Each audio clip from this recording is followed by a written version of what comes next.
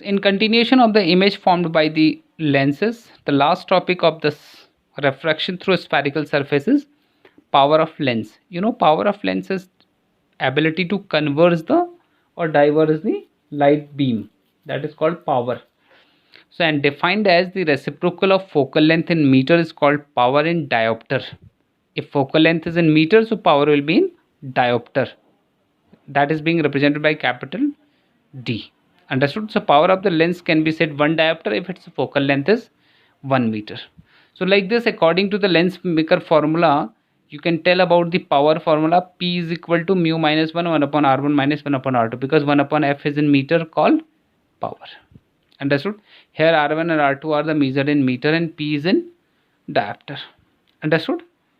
So equivalent lengths of the two thin lenses. This is also important because many times they are asking to you question like this. Let there are two lenses thin, L1 and L2 are in contact with each other, C1 and C2 having. When an object is placed here, so how many image will be formed? First image will be formed by L1, that is at I dash. But this I dash will behave as object for L2, and then final image will be formed at I.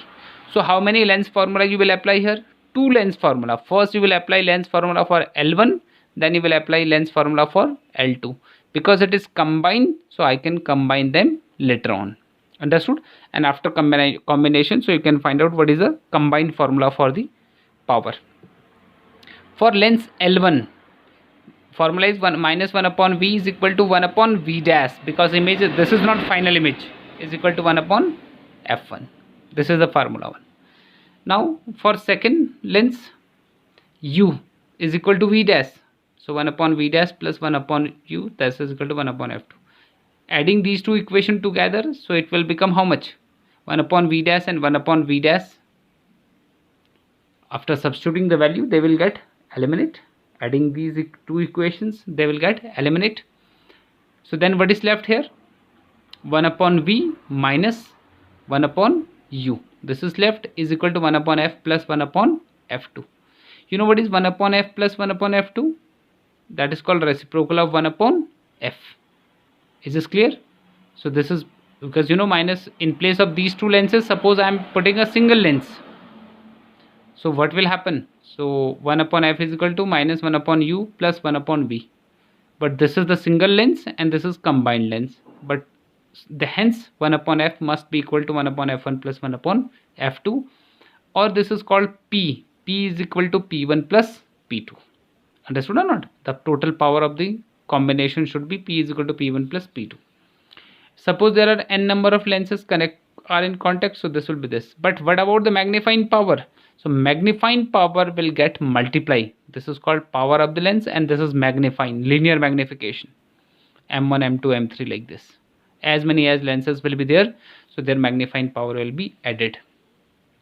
There is one more case. Sometime they may ask to you, suppose there is a distance between these two lenses is how much? X. Suppose X is the distance between these two lenses, then what will be the combined focal length? What will be the combined focal length? So only formula I am telling to you here. So this is 1 upon F is equal to 1 upon F1 plus 1 upon F2. This already you have studied, but if X is the distance between these two lenses, so that is minus X upon F1, F2, where X is the distance between these two lenses. Understood? So this will be the combined focal length. So this is all about the refraction through spherical surface. Next topic we have to study about the prism. But before that, I will give to you few questions. And one more thing I am telling to you, because 10th onward it will be your exam preparation time, so I am giving to you content till 10th of October only. Thank you and have a great day.